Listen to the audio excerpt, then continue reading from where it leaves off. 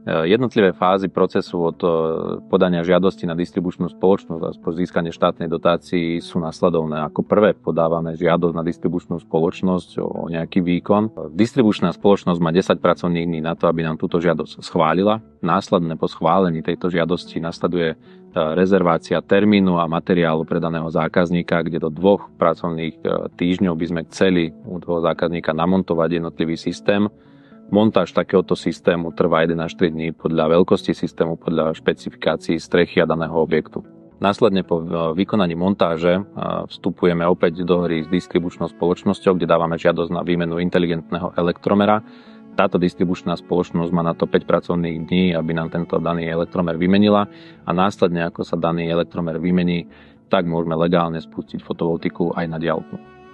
Poslednou súčasťou alebo poslednou fázou tohto celého projektu je žiadosť o štátnu dotáciu, kde za zákazníka komplet vybavíme celú administratívu, všetky zmluvy a takýto proces trvá cca 90 dní. Ako bonus nášmu zákazníkovi do 24 hodín pošleme 3D vizualizáciu celého projektu, kde nás profesionálny fotovoltický systém navrhne, nakreslí a ukáže zákazníkovi danú výrobu za dané obdobie. To znamená, že my už vieme, že koľko ten zákazník za budúci rok, za ten ďalší rok a ten ďalší rok energie vyrobí, preto už my sa potom vieme opierať o nejaké faktické čísla, kde ten zákazník dokáže relatívne presne určiť, akú návratnosť systému bude mať. Bežná návratnosť narodených domov už po použití štátnej dotácie sa hýbe niekde medzi 6, 7, 8 rokov. Dneska už vieme, že 10 rokov dozadu bolo 20 slnečných dní menej. Čiže vieme, že každým rokom bude tých slnečných dní viac a viac, keďže my sa pri fotovoltike nebavíme možno až tak o tých teplých dní s nejakou vysokou teplotou. Paradoxne pre nás je najlepšie, keď vonku bude 25 stupňov celý čas a bude svietiť slnko. Nám viac k tomu netreba, aby to fungovalo čo najlepšie.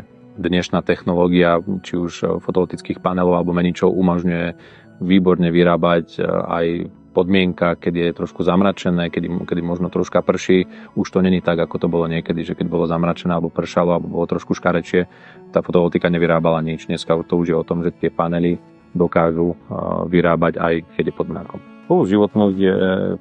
Životnosť ešte nikto nevie, lebo životnosť nikto nemá tých panelov na streche 30 rokov, čiže ťažko povedať. Prvé, ktoré vyšli, prvé fotovoltické panely sa použili vo vesmíre.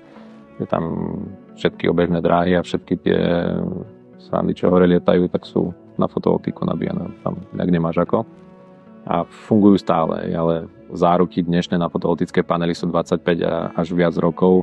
Je to aj podmienka štátnych dotácií, že musíme používať také panely, ktoré budú mať minimálne tú záruku 25 rokov na výkon, takisto aj na nejaké mechanické poškodenie.